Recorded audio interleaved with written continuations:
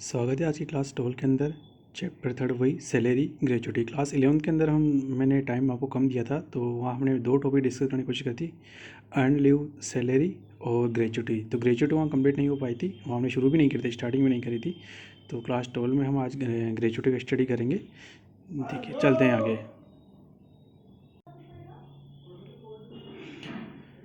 देखिए ग्रेचुटी, तो ग्रेचुटी में थोड़ा सा अपन इसे डिफाइन करूँ तो ये क्या है, सेवा काल का पारितोष है। पारितोष मतलब आपका एक तरह से गिफ्ट। मान लो कि आपने 10 साल 20 साल सर्विस करी, तो उसका आपको बेनिफिट दिया जा रहा है यहाँ पर एक साल के अंदर, तो उसे हम बोलते हैं ग्रेचुटी। अब देखिए ग्रेचुटी क्या है, हम ड्यूरिंग द ईयर सर्विस वगैरह ऐसा तो कुछ लेने का कोई प्रोविजन इसमें है नहीं, मतलब आप सर्विस छोड़ रहे तो बात अलग है।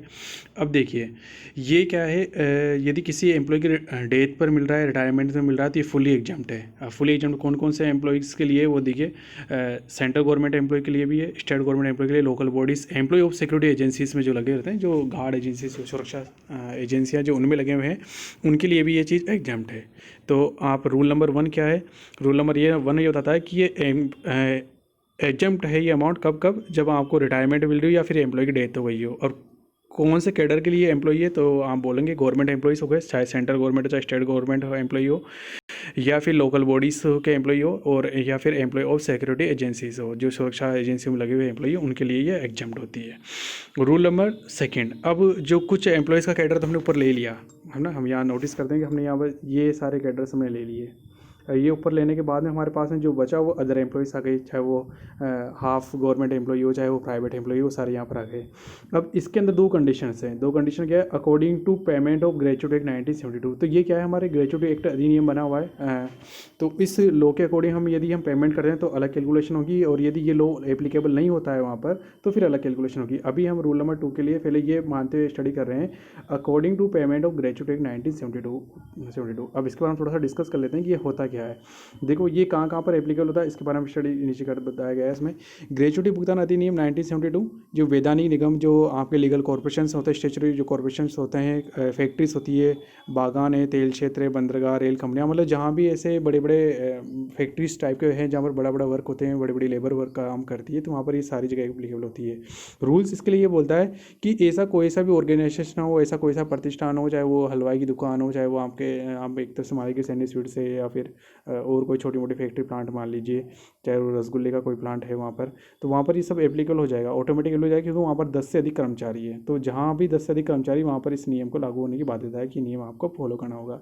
अब इस अधिनियम का लाभ तभी मिलता है जब कर्मचारी ने कम से कम 5 वर्ष की सेवा करी हो, मृत्यु की दशा में यह प्रतिबंध लागू नहीं होता है। यदि मान लो इस बेनिफिट भी लेना चाहता है, मान लो वहाँ एक एप्लीकेबल भी है, जैसे आप ऐसे वो जो कर्मचारी वो ऐसी जगह काम करता है जहाँ ग्रेचुटी एक्ट 1972 एप्लीकेबल है, उस कॉर्पोरेशन के अंदर जहाँ वो काम कर रहा है, बट उसने 5 साल से पहले ही उसने सर्विस छोड़ दी है अपनी खुद की इच्छा से, तो फिर बाद में उसको इसका बेनिफिट नहीं मिलेंगे, उससे फिर हम नेक्स्ट रूल नंबर 3 के अंदर काउंट करेंगे। तो अभी लेकिन ये रूल नंबर जो इस रूल में ये बताया गया 5 वर्ष की कम से कम आपको मिनिमम सेवा करनी पड़ेगी, लेकिन ये कभी कभी लागू नहीं हुआ है, जैसे डेथ होने पर। तो क्यों, डेथ होने पर उसका खुद का कंट्रोल है ही नहीं, एक्सीडेंटली उसकी डेथ हो गई है, वो नहीं चाहता था, वो चाहता था कि हम 5 ज़्यादा काम करूँगा मैं यहाँ पर, एक्सीडेंटली डेथ हो गई है, तो फिर हम इसका बेनिफिट दे देंगे। अब देखिए इसके अंदर भी वही हम कैलकुलेशन करेंगे, तो इसमें ए बी सी 3 टॉपिक है हमारे पास में, 3 में से 2 सबसे इजी है इसके स्टार्टिंग के, हम इसी मैनर में जमाएंगे हर क्वेश्चन के अंदर ए बी सी। तो यहाँ पर देखिए जो भी सबसे कम होगी वही एग्जाम्प्ट होती है हर बार। तो पहला है एक्चुअल अमाउंट रिसीव्ड, तो ये कॉमन सी बात है कि एक्चुअल अमाउंट रिसीव है वही आपका एग्जाम्प्ट हो सकती है। बी, जो भी गवर्नमेंट ने नोटिफाई कर रखी है, अभी गवर्नमेंट ने नोटिफाई कर रखी है इसकी अमाउंट 20 लाख रुपीज़, 20 लाख रुपये भी अभी गवर्नमेंट नोटिफाई करेगी, 20 लाख तक यहाँ पर मैक्सिमम लिमिट है। जैसे अर्न लीव सैलरी के अंदर 3 लाख थी, यहाँ पर कितनी लिमिट है, 20 लाख। तीसरा है सी पॉइंट, इसमें आप कैलकुलेशन करेंगे, इसमें लेंगे लास्ट मंथ सैलरी, है ना, लास्ट मंथ सैलरी लेंगे, और आपको ये माना जाएगा कि 15 या 7 डेज बटे 26 into service period of year, मतलब आपने कितने साल की सेवा करी, जैसे आपने 24 साल 25 साल की सेवा करी है, 10 साल की सेवा करी है, तो service period of in year so last में जाएगा। अब आपका ये माना जाता है, इसमें इस कैलकुलेशन में माना गया कि एक मंथ में क्या है 26 डेज हैं, ठीक है, 26 डेज से मानते हुए इन्होंने माना कि आपको 26 में 15 डेज़ की तो बन जानी चाहिए या 7 डेज़ की बन जानी चाहिए। कभी कभी हम 50 डेज लगे, कभी कभी हम 7 डेज़ लगे, आगे बताऊंगा कब 15 डेज लेना कब 7 डेज लेना है अपने को। तो लास्ट मंथ की सैलरी लेनी है, यहाँ पर एवरेज सैलरी नहीं लेनी है, ठीक है, बहुत डिफरेंस है पहले वाले के। पहले यदि अर्न लीव सैलरी की बात करें तो वहाँ पर एवरेज सैलरी आया करती थी वहाँ पर, ठीक है, वहाँ क्या आया करती, एवरेज मंथली सैलरी, और एवरेज सैलरी अपने लास्ट 10 मंथ्स की ली थी, लेकिन यहाँ पर क्या है, केवल लास्ट मंथ की सैलरी की, लास्ट मंथ में क्या सैलरी, पहले वाले सैलरी से मतलब नहीं है। सर्विस पीरियड इन ईयर है यहाँ पर, और ये एक फॉर्मूला बताया गया 15 7/26 या 7/26।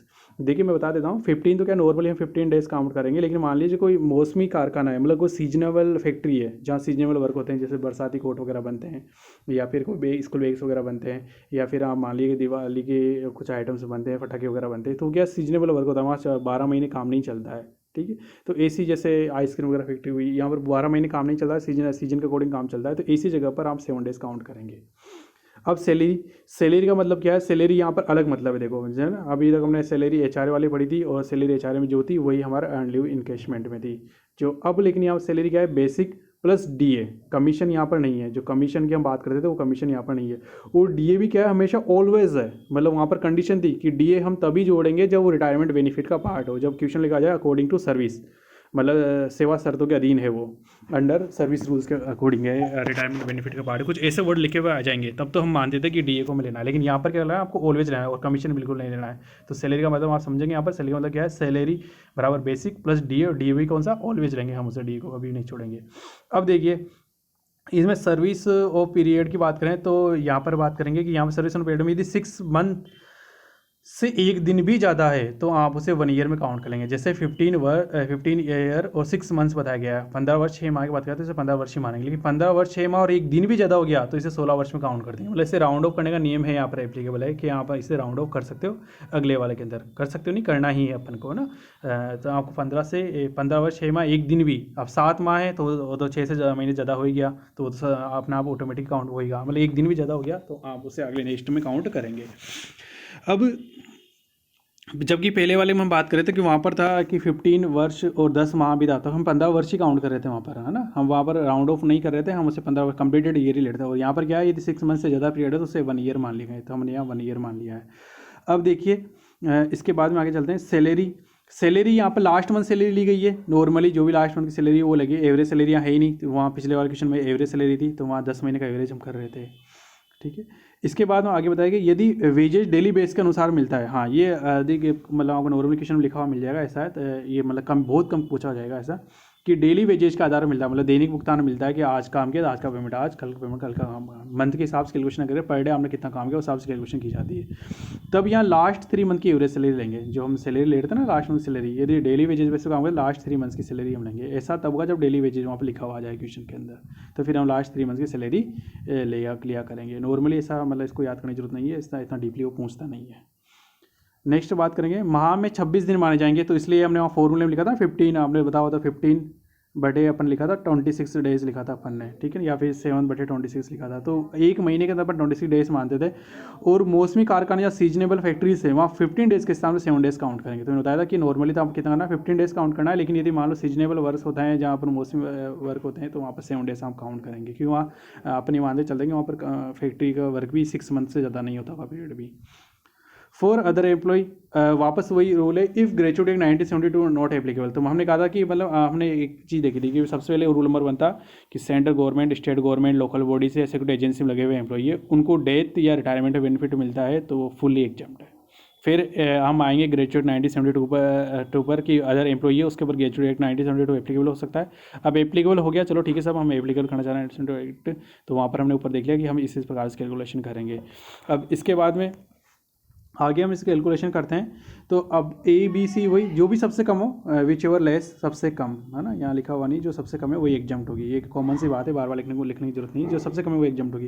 पहला है एक्चुअल अमाउंट रिसीव कि आपने कितनी अमाउंट रिसीव करी, दूसरा है 20 लाख जो मैक्सिमम लिमिट गवर्नमेंट नोटिफाई। अब देखिए अब यहाँ पर आइए, अब यहाँ पर लास्ट जो सी है वो पूरा फॉर्मूला बदल गया, यहाँ पर वहाँ पर लास्ट में सैलरी थी, यहाँ पर क्या है एवरेज सैलरी, वहाँ पर 15/26 था, ठीक है ना, यहाँ 15/30 मतलब हाफ कर रखा है सीधा, हमेशा ही हाफ रहेगा यहाँ पर, और पीरियड ऑफ सर्विस बताया गया यहाँ पर। अब यहाँ पर देखो सैलरी का मतलब क्या है, सैलरी का मतलब यहाँ पर है वापस एचआर वाली बेसिक डी रिटायरमेंट बेनिफिट वाला कमीशन जो फिक्स है वो लेंगे हम यहाँ पर।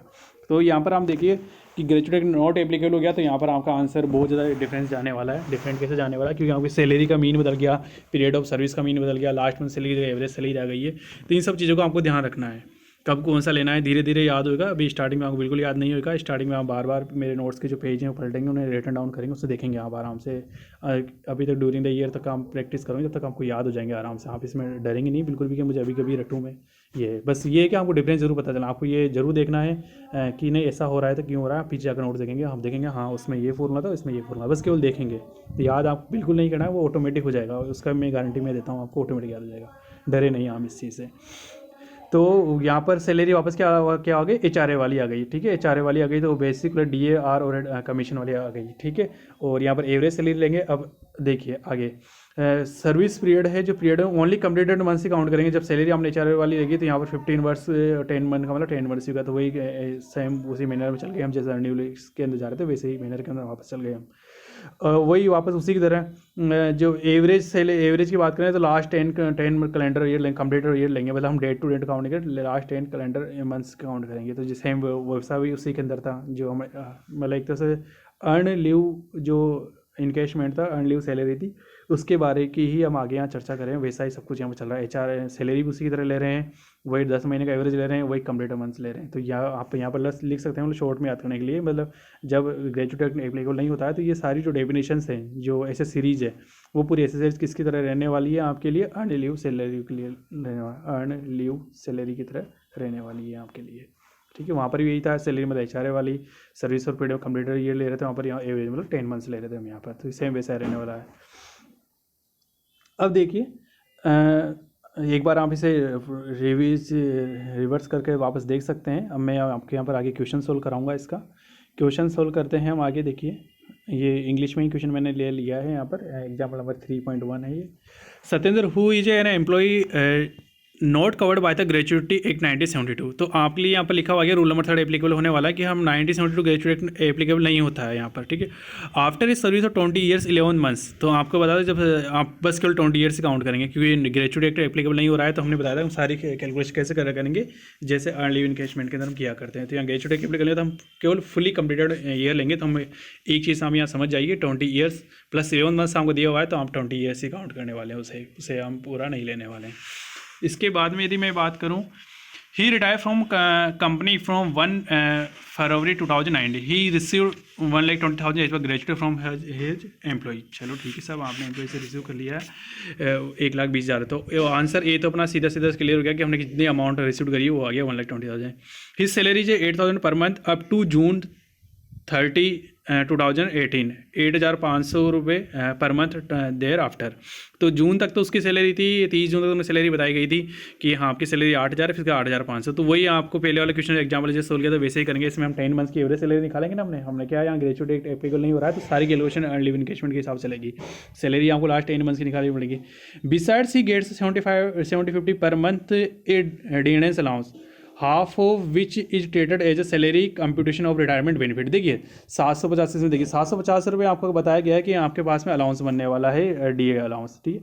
और इसका आधा पार्ट है, half of which treated as a salary of computation of the retirement benefits. तो इसका रिटायरमेंट बेनिफिट का पार्ट बन गया। तो 750 हमको दिया हुआ है, हमारी जो सैलरी के अंदर उसका आधा पार्ट है ना रिटायरमेंट बेनिफिट का पार्ट बना जाएगा। तो मतलब आधा DA तो हम ऐड करेंगे उसके अंदर। अभी मैं सोल्व कराऊंगा। What is the amount gratuity will be examined from the tax से हमें क्या अमाउंट एग्जाम्ड होने वाली है। तो देखिए हम 1 बाय 1 स्टेप चलेंगे। हम सबसे पहले 4-5 लाइनें ऊपर छोड़ देंगे, आप आपके नोट्स में लिखने की कोशिश कीजिए। सबसे पहले हम पॉइंट बनाएंगे ए पॉइंट के अंदर हमारे पास में आ रहा था अमाउंट कि हमारा क्या अमाउंट हम रिसीव करी था। हमने अमाउंट रिसीव करी है, अमाउंट रिसीव 1,20,000 रुपये। इसमें शायद कोई परेशानी नहीं होनी चाहिए आपको, ठीक है। बी पॉइंट आता है कि मैक्सिमम लिमिट कितनी है गवर्नमेंट की, तो गवर्नमेंट की मैक्सिमम लिमिट है 20 लाख 20 लाख। इसमें भी कोई परेशानी नहीं होनी चाहिए आपको। सी पॉइंट था जो ग्रेजुएट एक्ट एप्लीकेबल नहीं है, तो वहाँ बताया था कि आप एवरेज सैलरी लेवें, ठीक है, 1/2 करें आप, और सर्विस के जो पीरियड है आपका वो आप यहाँ पर लिखेंगे। अब देखिए अब आपके वर्किंग नोट बनना स्टार्ट हो गए।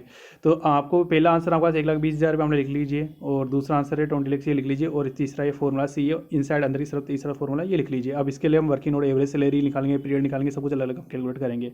देखिए सबसे पहले देखिए हम कैसे निकालेंगे। हम सबसे पहले निकालेंगे एवरेज सैलरी निकालेंगे। सबसे बढ़िया हम सैलरी तो निकालें, तो सैलरी निकालेंगे हम। सैलरी क्या आती है हमारी, सैलरी यहाँ आती है HRA वाले मतलब क्या था, बेसिक था, DA वो जो रिटायरमेंट का पार्ट था, और कमीशन वो जो फिक्स था आपका, ठीक है, ये सब दिया हुआ था आपको। तो यहाँ बेसिक बताया गया था। बेसिक आपको बात करूँ मैं यहाँ पर, बेसिक अलग अलग रहने वाला है। पहले हम बाद वाली बेसिक की बात करूँ तो बाद वाला बेसिक है 8,500 है, जो आफ्टर जून से के बाद बताया गया है। जून के बाद बताऊँ तो मैं 30 जून के बाद बताऊँ तो काफ़ी लंबे टाइम तक ये रहने वाला है, 30 जून 18 के बाद में, ठीक है।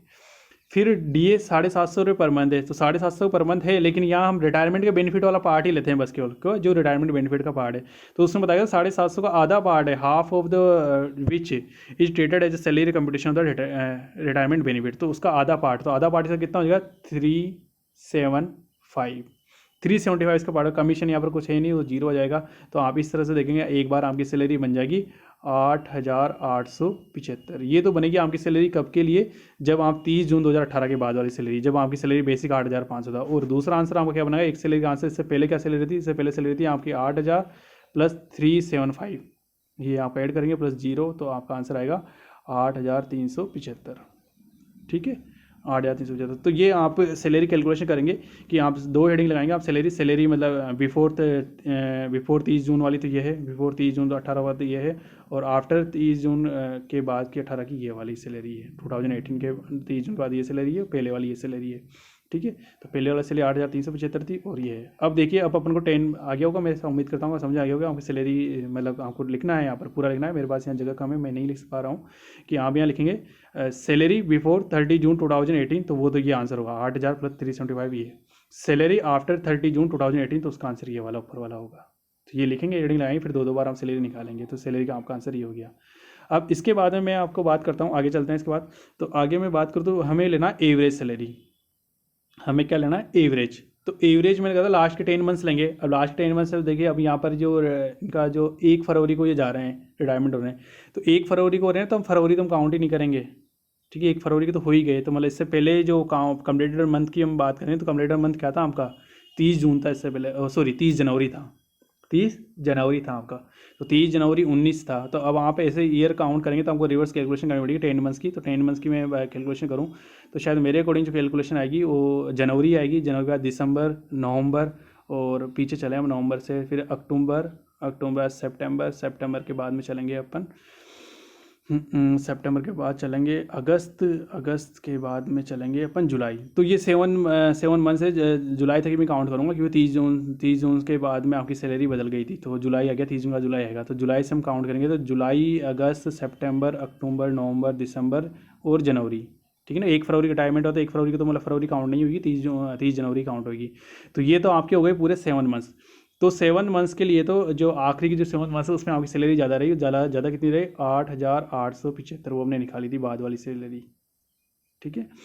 फिर इससे पहले आपकी सैलरी कम हुआ करती थी, तो आपको 10 मंथ्स के लिए ना, तो 7 मंथ्स तो ये हो गए। 7 मंथ्स की बात करूँ तो 10 मंथ्स में 3 मंथ्स कम पड़े, तो 3 मंथ्स की सैलरी यहाँ पे से लेंगे, 3 × 8,375, ठीक है। ये दोनों का आप निकालेंगे, तो आपका इन दोनों का आंसर आप जो भी आएगा यहाँ पर लिखेंगे। मेरे अकॉर्डिंग शायद इसका आंसर मैं देखूँ तो इसका आंसर आ रहा है 83,000, नहीं, दोनों का अलग अलग आंसर आ रहा है, इसमें बुक में थोड़ा अलग तरीके सोल्व कराया। आप दोनों का ऐड कर लीजिए आप आंसर, वो आंसर आ जाएगा आपका से 87,250, ठीक है। तो उसमें थोड़ा अलग तरीके से सोल्व करा, उसने DNS अलाउंस को बाद में एक साथ जोड़ दिया है, मैंने वहाँ उससे सैलरी के अंदर जोड़ दिया है, ठीक है। उससे काम कोई फर्क नहीं पड़ा। टोटल आंसर आपका 87,250 आने वाला, इन दोनों का जो भी आंसर आने वाला 87,250 आएगा आपका आंसर। देखिए, अब ये आपके 10 मंथ की सैलरी हो गई। अब इसमें आप डिवाइड बाय करेंगे 10 से, तो 1 मंथ की सैलरी आएगी तो 1 जीरो कट जाएगा आपका। 8,725 आपकी एवरेज सैलरी सेट हो गई। कितनी सैलरी हो गई आपकी, 8725, ये आपकी एवरेज मंथली सैलरी हो गई। अब इससे ही आपका आंसर निकलने वाला है, इससे आपका आंसर सी निकलने वाला है। अब सी के लिए आप कर सकते हैं काउंटिंग कैसे। सी जो पॉइंट था आपका वो था फॉर्मूला में average salary half multiply service period, जहाँ का पीरियड है सर्विस के वो कितने रहे हैं यहाँ पर। तो एवरेज सैलरी 8,725 आ गई है, मल्टीप्लाई 1/2, और सर्विस पीरियड के अंदर तो 20 ईयर्स 11 मंथ्स, तो हम केवल 20 ही काउंट, केवल कंप्लीटेड मंथ से काउंट करेंगे। तो आपका देखिए यही आंसर यहाँ नीचे आ रहा है, यहाँ से ये आ रहा है आंसर 20 × हाफ मतलब 8725, 870 है। तो सी का आंसर बन गया 8,000 सॉरी 87,250। तो आप यहाँ पर देखेंगे हमारा आंसर हम देखूंगा, जैसे हम इसका आंसर मिला रहा हूँ तो मैंने आपको बताया था कैसे कि सबसे पहले इसको तो अपन ए आंसर मानेंगे, इसको बी, ये सबसे ईजी, इनको सबसे पहले लिख देंगे, और सी हमारा जो कैलकुलेशन हमने करी है। सी के लिए हमारे बहुत सारे वर्किंग नोट बनाए थे, वो भी इसमें नीचे दिए हुए हैं। ठीक है, तो इस तरह से हम देखेंगे जो सबसे कम अमाउंट है वो हमारे एग्जाम होगी। सबसे कम अमाउंट हमारी कितनी है, सी का आंसर जो हमारा आ रहा है 87,250, ये एग्जाम होगी हमारी। तो ये हमारी सबसे अमाउंट एग्जाम होगी। तो हमारी टैक्सेबल अमाउंट कितनी भी हमसे पूछे, टैक्सेबल अमाउंट कितनी है, तो सब हमें अमाउंट कितनी मिली है, हमें अमाउंट मिली 1,20,000। तो इसमें से एग्जाम कितनी है 87,250। तो इसमें माइनस कर दिए, जो भी आप आंसर आएगा वो एग्जाम अमाउंट खिलाएगी, उसके ऊपर आपको टैक्स, सॉरी वो टैक्सेबल अमाउंट खिलाएगी। वो जो भी आंसर आएगा वो टैक्सेबल अमाउंट है, उसके ऊपर आपको टैक्स देना होगा। इस क्वेश्चन का इतना आंसर पूछा है कि आपके एग्जाम अमाउंट क्या है, तो एग्जाम अमाउंट हो गई जो भी इन तीनों में से जो भी कम आता है, तीनों जो भी कम क्या है आपका आंसर आया था सी 87,250। तो 1,20,000 से माइनस कर देंगे और आपके यहाँ पर अमाउंट आ जाएगी टैक्सेबल अमाउंट। नीचे वर्किंग नोट से ये मैं आपको दिखा देता हूँ। यहाँ पर जहाँ पर देखिए, यहाँ इन्होंने क्या करा कि DNS अलाउंट 10 मंथ्स का एक साथ ऐड कर दिया है यहाँ पर, आप ऐसे भी कर सकते हैं। और मैंने क्या करा था, यहाँ 8,000 में ऐड कर दिया था और यहाँ इसमें ऐड कर दिया था, तो उससे आपके आंसर को कोई फर्क नहीं पड़ने वाला। जैसा मैंने किया है वैसा ज़्यादा अच्छा बेटर है, क्योंकि उसमें आपको हर मंथ में ऐड करना ही अच्छा रहता है अपना। ठीक है, तो यहाँ मैंने 8,000 यहाँ पर मैंने काम में लिए थे, यहाँ पर वर्ड में 8,375 काम लिए थे, यहाँ 8,875 काम लिए थे, उससे आंसर हमारा 87,250 आएगा। फिर 10 का डिवाइड करेंगे तो ये मंथली से ले जाएगी। अब इसी क्वेश्चन के बारे में आगे बताया गया है कि if it is assumed in the above electrician number 3.11 that is employees receiving gratuity under the payment of gratuity 1972 will there will be different of the examined amount of gratuity. बिल्कुल आपका आंसर बिल्कुल बदलने वाला है। क्यों बदलने वाला है, क्योंकि ए और बी तो आपको बिल्कुल सेम रहने वाला है, लेकिन जो सी का फॉर्मूला है, क्योंकि हम ये ग्रेचुटी 1972 एप्लीकेबल हो गया है, यहाँ पर ये बताया गया है एक्ट 1972 आपका एप्लीकेबल हो गया है। अब ग्रेचुटी एक्ट 1972 आपका एप्लीकेबल हो गया है, तो अब आपको आंसर देना है। अब आपको आंसर कैसे देना है, देखिए आपका सी, ए और बी का आंसर नहीं बदलने वाला। ए का आंसर 1,20,000 रुपये, बी का आंसर 20 लाख जो गवर्नमेंट नोटिफाइड जो लिमिट है वो है। सी का आंसर बदलना, सी का जो फॉर्मूला है वो आपका यहाँ चेंज हो जाएगा। सी का से लास्ट मंथ सैलरी थी, वहाँ पर लास्ट मंथ सैलरी था, ठीक है ना, 15/26 था, ठीक है। और यहाँ सर्विस पीरियड था आपका, कि सर्विस पीरियड आपका कितना बन रहा है। तो यहाँ पर हमने बताया था कि लास्ट मंथ सैलरी, तो लास्ट मंथ सैलरी आपको पता था कि उसने बताया था कि 8,500 है, और प्लस उसमें 3 और DA ऑलवेज लेंगे, ठीक है ना। उसमें आप जाकर देखिए ऊपर, तो सबसे पहले आप सबसे पहले इसको मेमोरी में सेट कर लीजिए, रफ में लिख लीजिए एक तरफ, लास्ट मंथ सैलरी मल्टीप्लाई 15/26 और सर्विस पीरियड। तो मैं एक एक की बात करूँगा। अब इसमें लास्ट मंथ सैलरी लेनी है आपको, बात करते हैं last month salary. Last month salary, तो लास्ट मंथ सैलरी बताया था कि क्या बनेगी आपकी बेसिक प्लस DA, और DA के लिए बताया था कि ऑलवेज लेंगे हम उसे, ठीक है, कोई term without term and condition के अंदर। तो लास्ट मंथ की सैलरी हमारी 8,500 थी, और हमारा जो DA था वो 750 रुपये था, ऑलवेज लेंगे। हमें पता, इससे फ़र्क नहीं पड़ता है कि रिटायरमेंट के बेनिफिट का पार्ट है या नहीं है, जब ग्रेजुएट डेट एप्लीकेबल हो जाता है तो, ठीक है।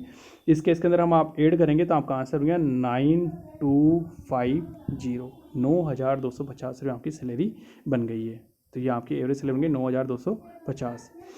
तो अब आप यहाँ पर देखिए 9,250, और अब आपके यहाँ पर एक आंसर आपका लास्ट में से 9,250, ठीक है। दूसरा देखिए 9,250 आप याद रखेंगे, इसको साइड में लिख लीजिए। अब आपको वापस में सी पॉइंट लिख रहा हूँ, ठीक है। सी पॉइंट के लिए मैं बात करूँ तो हमारा आंसर जो जाने वाला, हमारा आंसर ये था कि लास्ट मंथ सैलरी, ठीक है, और यहाँ पर था 15/26, इसमें शायद कोई परेशानी होगी आपको, और सर्विस पीरियड, ठीक है।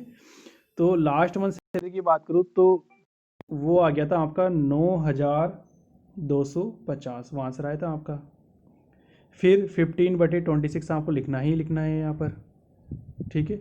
फिर यहाँ पर अपन बात करेंगे सर्विस पीरियड, तो सर्विस पीरियड यहाँ पर देखो 21 आएंगे। अब 21 यहाँ पर क्यों आएंगे, देखिए 21 यहाँ पर किससे आ रहे हैं, हमें ऊपर क्वेश्चन में बताया गया था कि आपकी सर्विस है जो 20 ईयर और 11 मंथ्स आ रहा था शायद, है ना, 11 मंथ्स। तो हमने कहा था कि यहाँ पर यदि 6 मंथ से एक दिन भी ज़्यादा है, एक दिन भी ज़्यादा है, तो हम उसे क्या मानेंगे, कंप्लीटेड ईयर में काउंट करेंगे। तो कंप्लीटेड ईयर मतलब 20 + 1 और काउंट करेंगे तो 21 हो गए। अब आप इसको आंसर सोल्व करेंगे, आपका सी का आंसर आ जाएगा।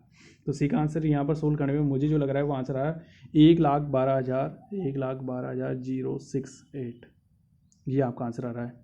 1,12,068 आपका आंसर आ रहा है आपका। ठीक है, तो अब आप ए बी सी से कंपेयर करेंगे तो सी वाली अमाउंट सबसे कम आ रही है, क्योंकि ए की अमाउंट थी आपकी 1,20,000 रुपये, बी की अमाउंट थी 20 लाख रुपये, 20 लाख रुपीज़, और 1,12,068। तो ये अमाउंट आपको सबसे एग्जाम्प्ट मिलने वाली, सब जो छूट मिलने वाली है, इसकी छूट मिलने वाली जो सबसे कम है, इसको छूट मिलने वाली है।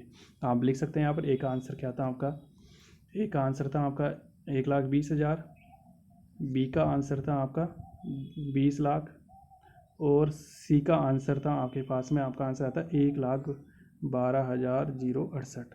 तो यहाँ सबसे कम है ये, इसकी आपको छूट मिलने वाली है। तो आप यहाँ टैक्सेबल अमाउंट कितनी पूछे, आपसे पूछे कि टैक्स किस अमाउंट देना है, तो आप बताएंगे साहब 1,20,000 रुपये हमें मिले हैं, ये अमाउंट हमें छूट मिल गई, तो इसको तो माइनस कर देंगे, जो भी हमको डिफरेंस आएगा, जो करीब 7,1932 आएगा, तो वो टैक्सेबल आपकी अमाउंट खिलाएगी। हालांकि इसमें क्वेश्चन पूछा नहीं है, आगे हमें वर्किंग करनी भी नहीं जब तक नहीं पूछता है क्वेश्चन। तो इस प्रकार से हम देखेंगे हमारी ग्रेजुएटी वो कंप्लीट हो गई। इसके बाद में फिर हम आगे पेंशन पढ़ेंगे, और आगे वाली क्लास है वो थोड़ी लंबी जा सकती है मेरी, आप उसके लिए वेट करेंगे। अभी आज मैंने एक साथ दो वीडियो अपलोड कर रहा हूँ, मैंने दोनों को अलग अलग पार्ट के अंदर डिवाइड किया है, अर्न लीव सैलरी को अलग पढ़ाया और ग्रेजुएटी को मैंने अलग पढ़ाया है। अब आप इसके क्वेश्चन जो एग्जाम्पल्स है वो तुरंत ये वाले सोल्व करेंगे, सही आगे प्रैक्टिस सेट भी आगे जो आपको अवेलेबल हो सोल्व कर सकते हैं। आशा करता हूँ आपको समझ में आया होगा, और नेक्स्ट वीडियो में थोड़ा वेट करना पड़ सकता है आपको। और आप एक चीज़ और, मेरे चैनल को आप सब्सक्राइब कीजिए ज़्यादा से ज़्यादा, और शेयर कीजिए आपके और भी जो प्राइवेट रेगुलर स्टूडेंट जो भी हैं अदर कॉलेज के स्टूडेंट्स के साथ में शेयर कीजिए। ठीक है, उनको बताइए कि क्लास चल रही है, वो भी इस चीज़ का बेनिफिट ले सकते हैं। Thank you.